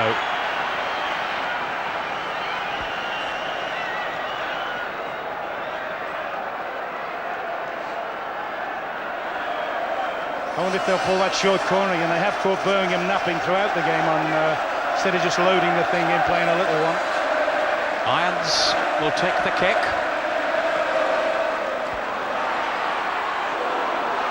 This is Morrissey.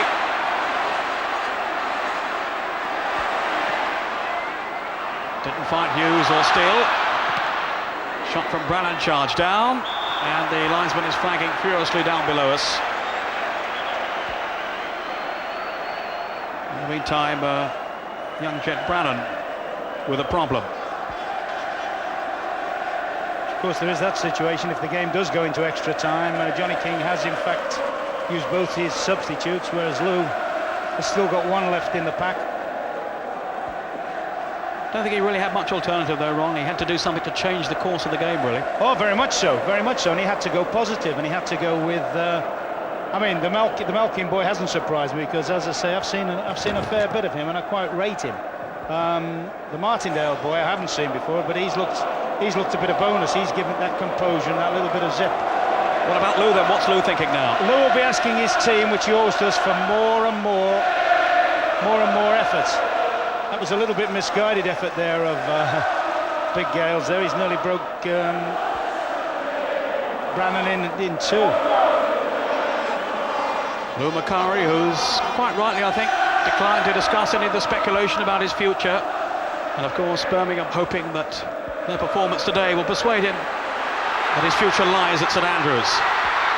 But here's Malkin now, trying to turn into the path of Morrissey. He's definitely the difference. The big fella's pace and unorthodox play is the difference. He's occupying a right wing spot, then all of a sudden appearing through the middle, and to be fair to Birmingham, Overson and Matthewson are finding it hard to deal with his pace. Morrissey with the corner. Hughes has come up, and Higgins too. Hughes was on the near post. It was Peer who whacked it clear. Peer again. So nearly scored a third goal for Birmingham before half-time, but might well have put this game beyond the grasp of Tranmere. But as it is, well, they've bounced back in terrific style to make it 2-2 and give us an outstanding final. Bailey. Here's Malkin. Now then for Steele. They've got 4 up in this attack. Thomas. Malkin's made the forward run.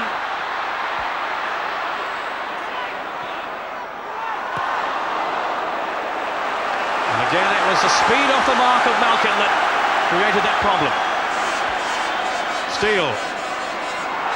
Irons was first to react. Good save by Thomas.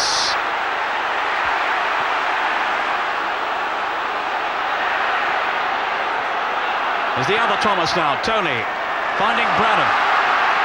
Birmingham City pinned back in their own half. Morrissey jinking one way then the other. Well, that's super skill. And a rather poor clearance presents it back again to Martindale. Irons quickly closed down though. Now Brannan.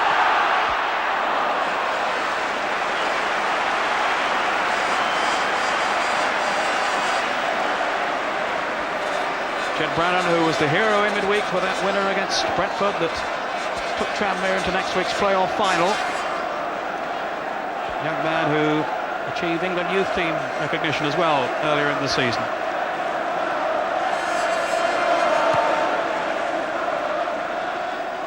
The under-19 squad. Brannan now. Morrissey. What an extraordinary transformation in the second half. Malkin losing out. Now, what can Yates do here? Finding Gale.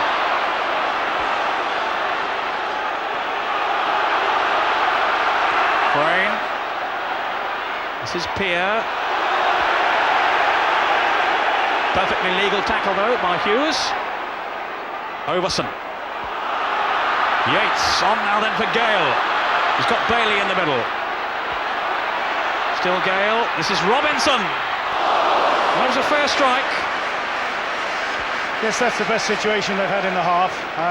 First time Gale, well, not the first time Gale, but it's been a long time since Gale's got himself this free, sets himself up, pulls it back to Robinson. Not the easiest ball in the world to hit from that distance, and but at least it gives Birmingham a little bit of respite and a little bit more belief that they can produce something. Robinson on loan from Notts County. And he was never present in their side last season, Notts County, but couldn't hold down a regular place in this term.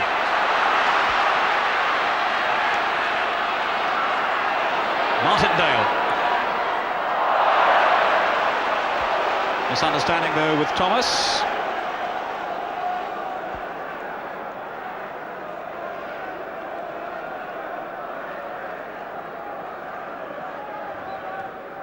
Good jump by Thomas.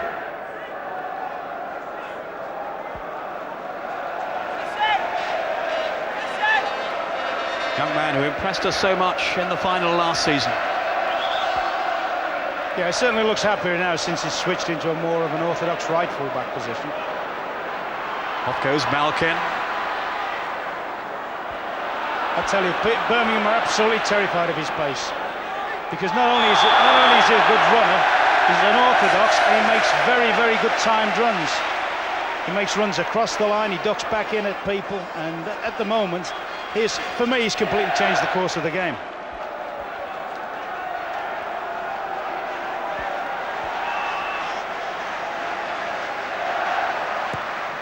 Frayne with the free kick. Gale couldn't make it. It ought to be Nixon's ball, and it is. Gasp of anticipation from the Birmingham flock behind the goal.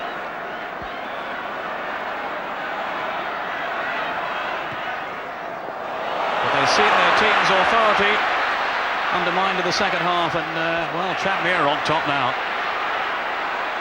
Morrissey causing untold problems. John Martin, who was right alongside him, saw nothing wrong, and off goes Gale. Morrissey has stayed down and is apparently quite badly hurt. Now the referee has stopped play for a free kick to Birmingham. Well, John Morris has certainly looked far more effective since he's gone on the left-hand side. At the moment, he's got an out-and-out problem, but he's looked a lot more effective since he's gone on that side, and I think he may feel he should have got something here. He's attacking the defender, Clarkson. He ducks back in on his right foot. Yates, I think it is, comes across, and I think that was an obstruction. Don't think it was a penalty, but I certainly think there was a case for obstruction there. But once again, as you said, John Martin was about 2 yards from the incident. So some attention needed for John Morrissey, and well, he's clearly winded. Oh yeah, Yates caught him full on. But he has looked a different player in the second half, and his confidence is there, taking players on. And he's now back in the fray. Didn't really make any breakthrough at Everton or at Wolves, but a very popular figure now at Tranmere Rovers.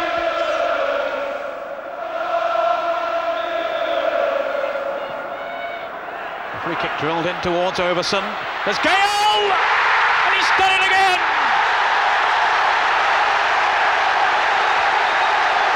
Fabulous strike by Gale, who goes off to receive the acclaim of the Birmingham supporters.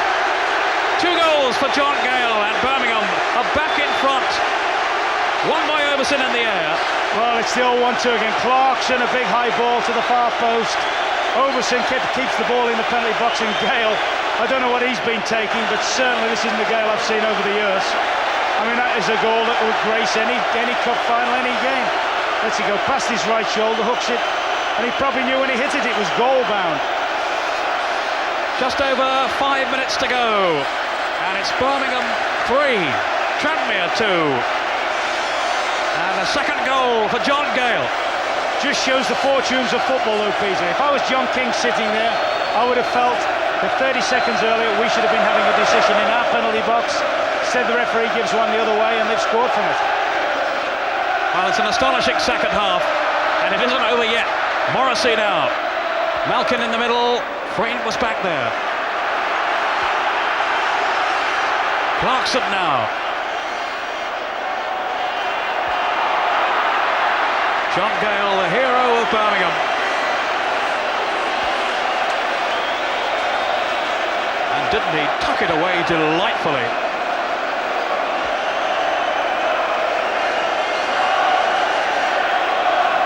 But a real blow, a hammer blow to Tranmere, who come back with a vengeance in this second half. Gleckhorn now. Gale wants it in the middle.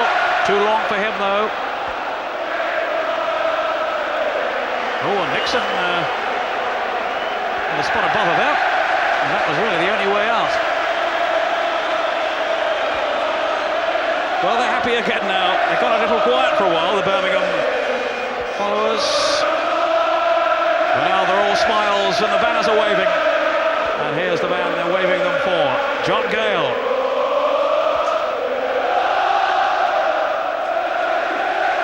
Yates. Off goes Bailey. Well, there's still time for Tranmere to come back again. They prove they can do it once. Have they the resources now to do it again?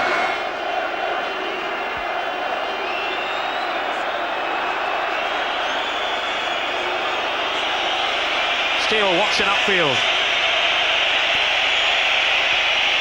One by Malkin. Cross comes Overson. Now Thomas. Towards Cooper. And Thomas gratefully plunging on the ball.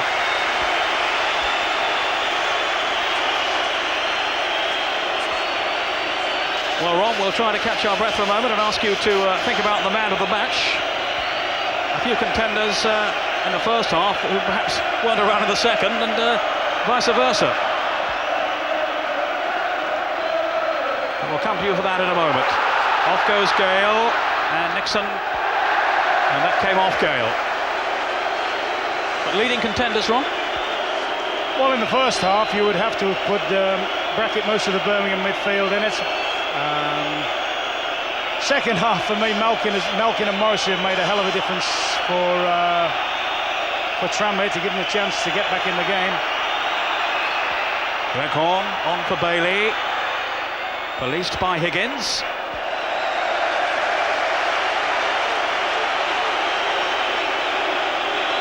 Eric Nixon, of course, for some of those marvellous saves that gave his side a chance to come back into the game.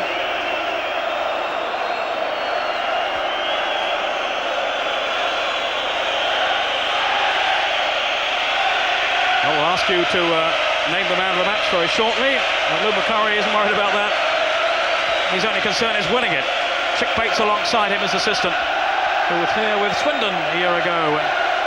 Swindon won the playoff final against Sunderland, but were of course denied their place in the first division by the controversy. Dramatic dive in the box. The referee points for a goal kick. I'm sure to the Birmingham fans a long way away that might have looked like a penalty, but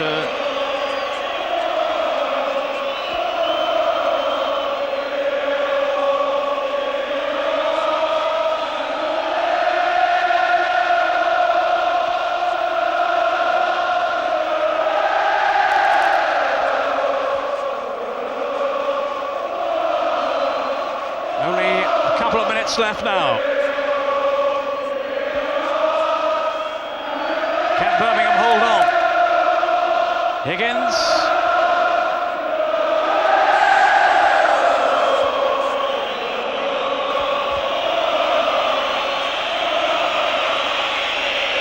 Now the volume of noise now cascading down from the terraces from the Birmingham fans is quite deafening,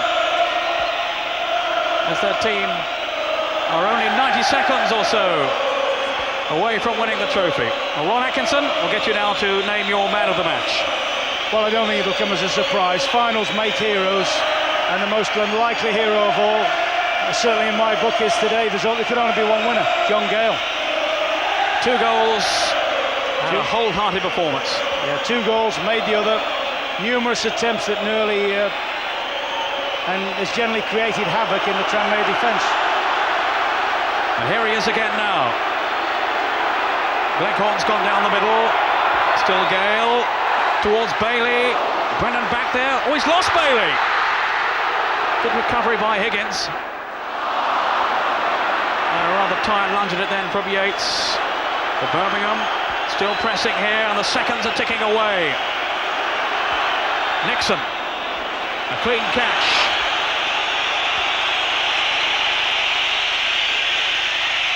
Cooper. Steele. But off goes Gleghorn now. And Lou McCurry will want the ball as far into Tranmere territory as they can kick it.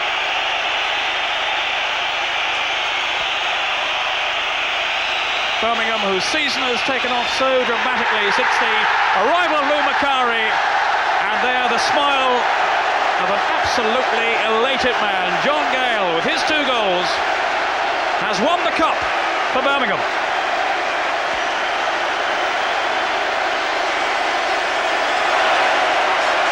But all credit to Tranmere for the way they rallied in the second half, and that's what it means to the folk of Birmingham.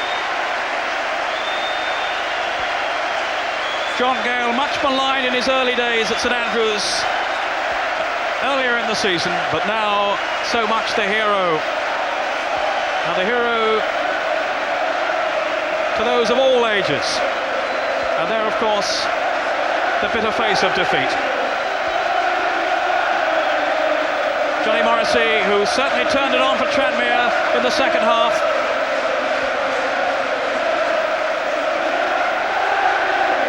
And here was the reaction of Lou McCurry on that final whistle.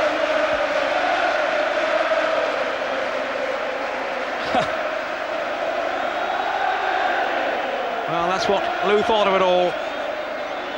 And who would have thought that Birmingham City would have done so much under Lou in such a short time. I just think, I wonder what Lou's thoughts were when he saw his 2-goal lead whittled away.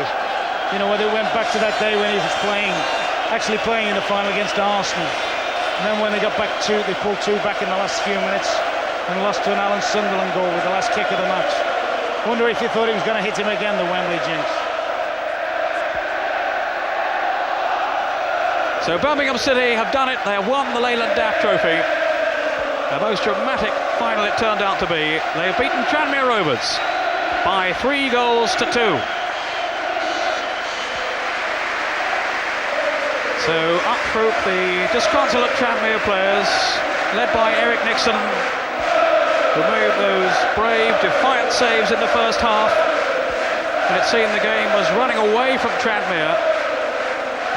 And really those saves inspired their revival in the second half, but in the end it was all to no avail. But Eric Nixon will be back here next week. Tranmere's season far from over. There's such an important date still to come. Different story to last season when they triumphed over Bristol Rovers, and Mark Hughes there was one of the heroes on the day. Steve Vickers. There's Jim Steele, I saw there, whose goal brought it back to 2-2. But Birmingham City lifted themselves for one last surge and found the winner. And now their fans are celebrating in the noisiest possible fashion. And my word, there'll be some parties back in the Midlands tonight. A clenched fist then from Vince Overson, accepting congratulations from those delirious Birmingham fans. Vince Overson, who not so long ago described the club as being in a comatose condition. He felt they were going nowhere and was so disillusioned he talked about leaving the club. Well, he'll be mighty pleased he stayed on now. Getting a handshake there from Gordon Taylor. Old Birmingham player, of course, Gordon Taylor. And there he is, Vince Overson, about to lift the Leyland DAF Cup, to be presented by a great old name from sporting past, Dennis Compton. Hero himself in his day in cricket and football. Well, that's it, that's the moment the Birmingham fans and the players will cherish. 35 years, remember, since they last played at Wembley. 28 since they last won a trophy. He wasn't around then, but he hopes to see a few more successes in the years to come. And maybe this is the start of something big for Birmingham City.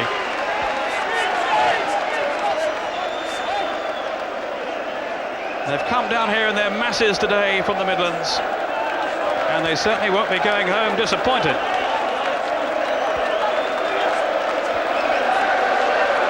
Martin Thomas behind him there, the goalkeeper, who saw 2 goals go past him and must have thought perhaps it wasn't going to be Birmingham's day after all. Phil Robinson there, a winner with Notts County against Tranmere in the playoff final last season. And these are triumphant scenes that the Birmingham fans will remember for a long time to come. They've been looking forward to this day for so long.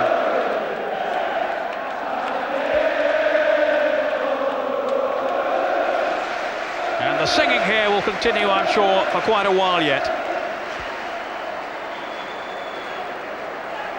The transformation under Lou Macari is underway. Great moment too for Samesh Kumar, their chairman, the brothers who run Birmingham City. A football fanatic. And in the meantime, they're milking every second of this. Vince Overson and the delighted Birmingham players. There's Chick Bates there, Lou's assistant.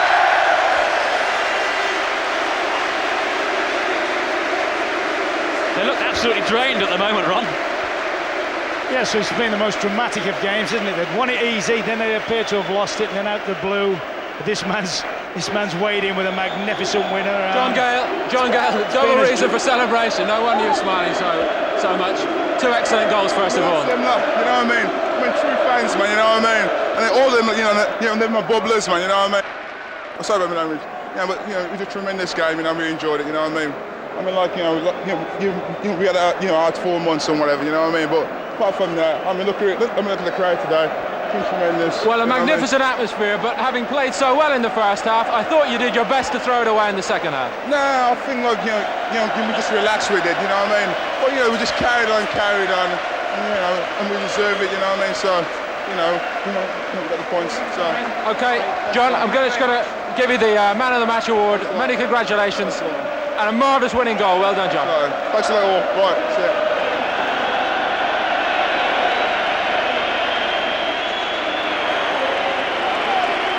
Yet another extraordinary day in the Lou Macari life of the last 2 or 3 years, but you're a real happy man tonight. Well, the players have made it that. They got us 2 goals in front and then played suicide football. Ended up 2 each at one stage and looks as if it was all going down the drain, but a great goal, fitting, I think, to win any cup final, won us the game. And before the game, Lou, you said all your medals with Scotland, Manchester United, you would trade for this success today if you won. Were you being serious? Well, I was, because I've never been here as a manager, and some managers are never fortunate enough to come here. I've come here with the team, and not only have we won, I think it's been a tremendous game for the supporters. You're known as one of the real battlers in this game, Lou, but you've been stretched to your limits in a personal way. Swindon, West Ham and everything else. It's difficult for me to comment on that, because I think 1 or 2 people helped that battle to take place. And if they're watching today, I've won a cup with Birmingham City. I'm back there, and I'm delighted. And apart from the fact that it was an excellent game again, the overriding impression from Wembley today is the enormous potential that you've got at your football club. Well, I would think we've had 40-something thousand here today. They've all gone home happy. I would even think the Tranmere supporters have gone home happy. And everyone who's been watching on your programme, I'm sure, has been delighted that they've watched the match today.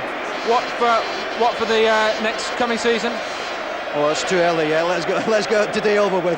I heard Big Ron's just made John Gill man of the match. I think he's been drinking.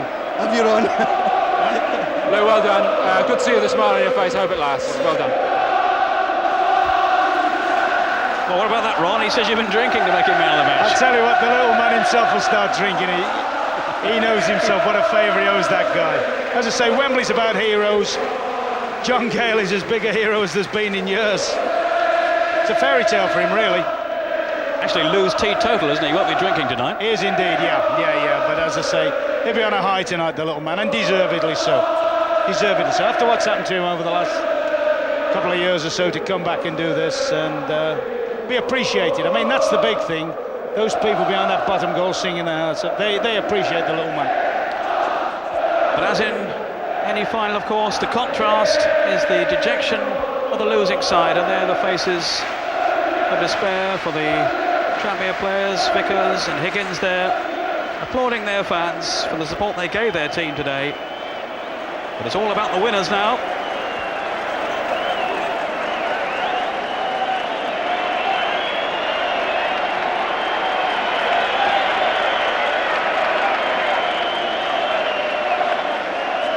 Well, the celebrations aren't going to die down for some time yet, and these fans just don't want to leave the stadium. Great day for Birmingham. They've beaten Tranmere by 3 goals to 2 to win the Leyland DAF Cup for 1991.